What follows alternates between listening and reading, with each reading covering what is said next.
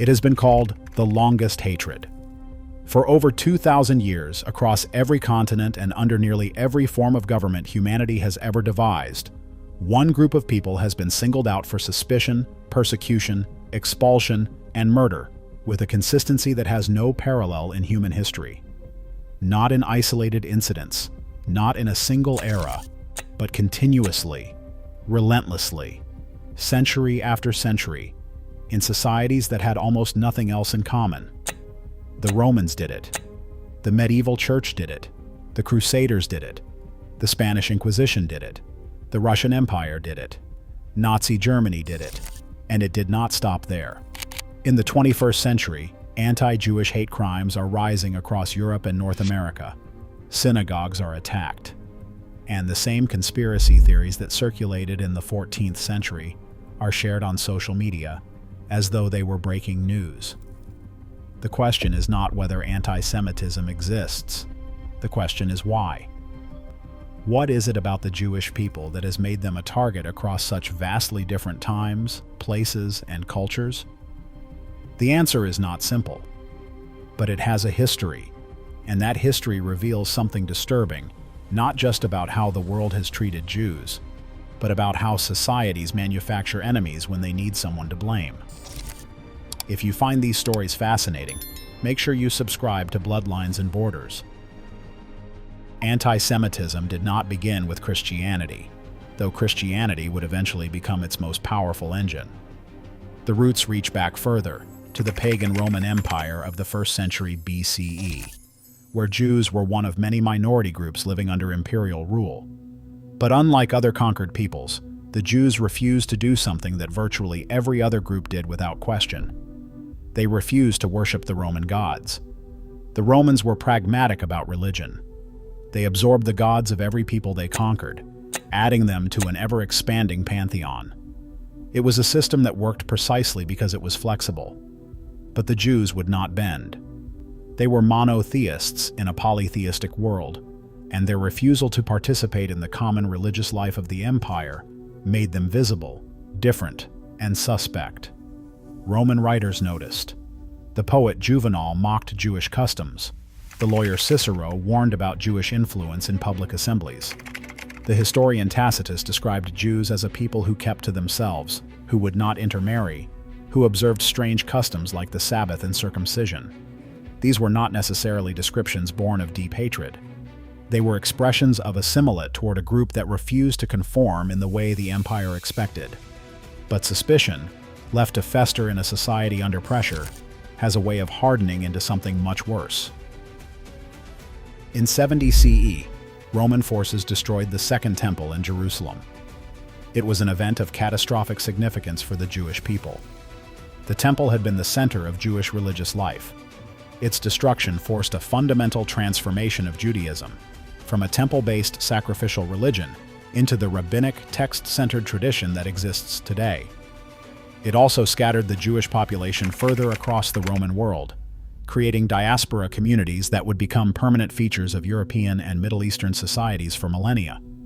And it was in these diaspora communities, living as visible minorities in host societies, that the conditions for sustained anti-Semitism took root. The destruction of the temple occurred roughly 4 decades after the crucifixion of Jesus of Nazareth. Jesus was a Jew, executed by the Roman authorities under Pontius Pilate. This is a historical fact that even the Christian scriptures acknowledge. But as Christianity grew from a small Jewish sect into a dominant religion competing with Judaism for converts, the narrative shifted. The blame for Jesus' death was transferred, gradually but decisively, from the Romans to the Jews. This transfer was not accidental. It was theological and political.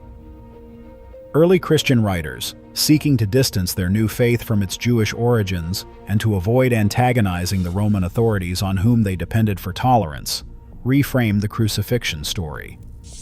The New Testament, particularly the Gospel of John, increasingly used the phrase "the Jews" in contexts that associated Jews collectively with the death of Christ. By the 4th century, church fathers like Origen were writing explicitly that the Jews nailed Christ to the cross. The charge of deicide, the murder of God, became embedded in Christian theology and would remain there for over 1,500 years.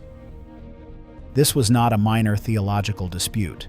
It was the creation of a permanent accusation against an entire people, an accusation that could be activated whenever political, economic, or social conditions demanded a scapegoat. When the Roman Emperor Constantine converted to Christianity in 312 CE, and the empire became officially Christian, the Church gained the power to translate theological hostility into law. Jews were progressively stripped of civic rights, barred from certain professions, forbidden from holding authority over Christians, and in some places required to wear identifying markers, yellow badges, or distinctive hats designed to set them apart visually from the Christian majority. The theological framework was clear. Jews had rejected Christ. Their continued existence was tolerated, but only as a kind of living evidence of what happens to those who refuse the truth.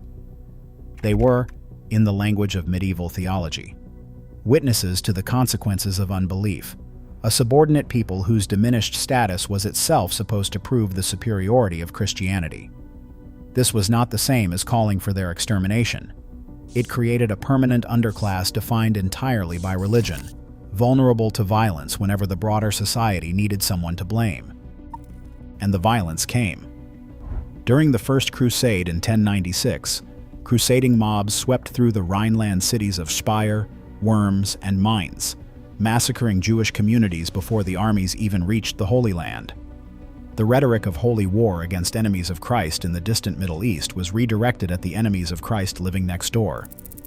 Thousands of Jews were killed in a matter of weeks, and the trauma of these massacres became embedded in Jewish collective memory for centuries.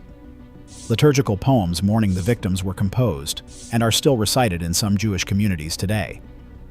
The Crusades did not create anti-Semitism, but they demonstrated how quickly theological hostility could be weaponized into mass murder when political and religious fervor aligned. The medieval period transformed suspicion and theological hostility into something far more dangerous, an industrial-scale myth-making apparatus that produced fabricated accusations against Jews with devastating consequences. The most notorious of these was the blood libel, the entirely fabricated claim that Jews kidnapped and murdered Christian children in order to use their blood in religious rituals. The first recorded case emerged in Norwich, England, in 1144, when a 12-year-old boy named William was found dead. There was no evidence pointing to any suspect.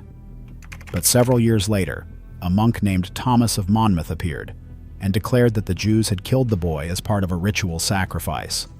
The accusation was baseless. Jewish law explicitly and absolutely forbids the consumption of blood, a prohibition so central to kosher dietary practice that it would be difficult to imagine a more absurd accusation. But the blood libel did not need to be true. It needed to be useful. And it was. The story spread across Europe like a plague of its own. In Lincoln, England, over 90 Jews were arrested and 18 executed after a boy's body was found in a well. In Trent, Italy in 1475, a 2-year-old named Simon was found dead, and the entire local Jewish community was tortured into confessing to ritual murder. Some were burned at the stake. The Bishop of Trent then promoted Simon as a martyr, using the newly invented printing press to disseminate the story across Europe, turning a local fabrication into continental propaganda. Simon was eventually added to the official Roman Catholic calendar of martyrs, a status that was not revoked until 1965. Alongside the blood libel came other fabricated charges. During the Black Death of the 14th century, which killed roughly a third of Europe's population, Jews were accused of poisoning the wells that spread the plague. The accusation was absurd on its face, since Jews were dying from the plague at the same rate as everyone else. But absurdity has never been a barrier to persecution when a population is terrified and desperate for an explanation. Thousands of Jews were massacred across Europe in response to the well-poisoning myth, and entire communities were destroyed. If you find these stories fascinating, make sure you subscribe to Bloodlines and Borders. One of the most persistent anti-Semitic stereotypes is the image of the Jewish moneylender, the cunning financier hoarding wealth. That stereotype is rooted in a historical irony so bitter it almost defies belief. In medieval Christian Europe, the Church forbade Christians from lending money at interest, a practice called usury. But credit was essential to the functioning of any economy, and someone had to lend money. Since Jews were excluded from most professions, barred from owning land, and prohibited from joining craft guilds, money lending became one of the few economic activities open to them. Jews did not choose money lending out of some innate affinity for finance. They were pushed into it by the very societies that would then condemn them for it. And when borrowers, including kings and nobles, could not or would not repay their debts, the easiest solution was not to honor the obligation, but to expel the lenders. This pattern repeated itself across medieval Europe with grim regularity. In 1290, England expelled its entire Jewish population. In 1306, France followed. In 1348, Switzerland did the same. In 1394, parts of Germany expelled Jews. And in 1492, Spain carried out the most devastating expulsion of all, driving out a community that had lived on the Iberian Peninsula for over 1,000 years. In each case, the expulsion served a dual purpose. They eliminated debts owed to Jewish lenders, and they removed a convenient scapegoat whose presence could no longer be tolerated once economic or political pressure became too great. The stereotype of Jewish financial power, born from a system designed to restrict Jewish economic life, outlived the medieval world that created it, and it persists to this day in conspiracy theories about Jewish control of banks, media, and governments. For most of its history, anti-Semitism was framed in religious terms. A Jew who converted to Christianity could, at least in theory, escape persecution. But in the 19th century, the nature of the hatred changed.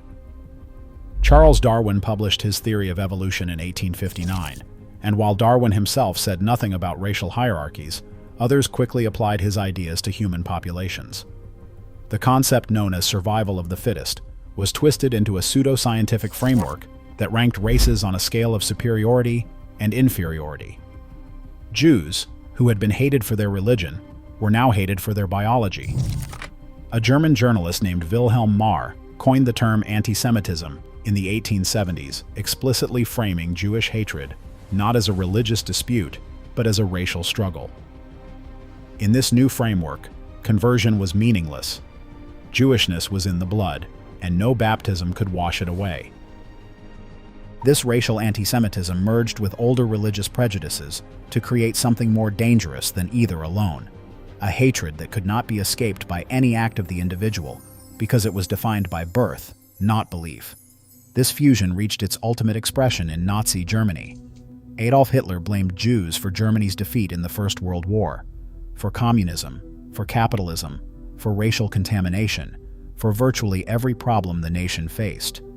His policies escalated from marginalization to exclusion to extermination. 6 million Jews were murdered in the Holocaust, an industrialized genocide that drew on every anti-Semitic myth, stereotype, and accusation that had accumulated over 2,000 years and turned them into a program of systematic annihilation. The Holocaust did not end anti-Semitism. In some ways, it barely interrupted it. In 2017, neo-Nazis marched through Charlottesville, Virginia, chanting the phrase, "Jews will not replace us." Synagogues have been attacked in Pittsburgh, Halle, and Poway. Conspiracy theories blaming Jews for controlling governments, media, financial systems, and even pandemics circulate freely online, using language and imagery that would have been instantly recognizable to a medieval peasant in 14th century Germany. The persistence of anti-Semitism across such different historical periods and cultural contexts suggests that it is not really about the Jews at all. It is about the societies that produce it. Anti-Semitism functions as a flexible tool of scapegoating, one that can be adapted to whatever crisis a society is facing. When there is economic instability, people blame the Jewish bankers. During political upheaval, they blame the Jewish conspirators. With cultural change, they blame Jewish influence. In a plague, they blame Jewish poisoners. The content of the accusation changes. The structure remains identical. The Jewish people, by virtue of their long history as a visible minority maintaining a distinct identity across dozens of host societies, became the default target for this mechanism. not because of anything they did, but because of what they represented to the societies around them. Difference. Irreducible, persistent, unapologetic difference. In a world that has always been uncomfortable with those who refuse to disappear into the majority, that difference has been treated not as a contribution, but as a threat.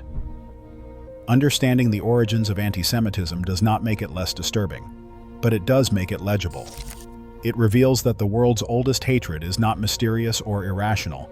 It is a pattern, one that follows predictable lines of religious rivalry, economic resentment, political convenience, and racial pseudoscience. And patterns, once identified, can be interrupted. Whether they will be is a question that every generation has to answer for itself. But answering it honestly requires knowing how it started. And now you do. If you find these stories fascinating, make sure you subscribe to Bloodlines and Borders. Thank you for watching. If you want to go deeper, the next video on your screen is one you will not want to miss. I will see you there.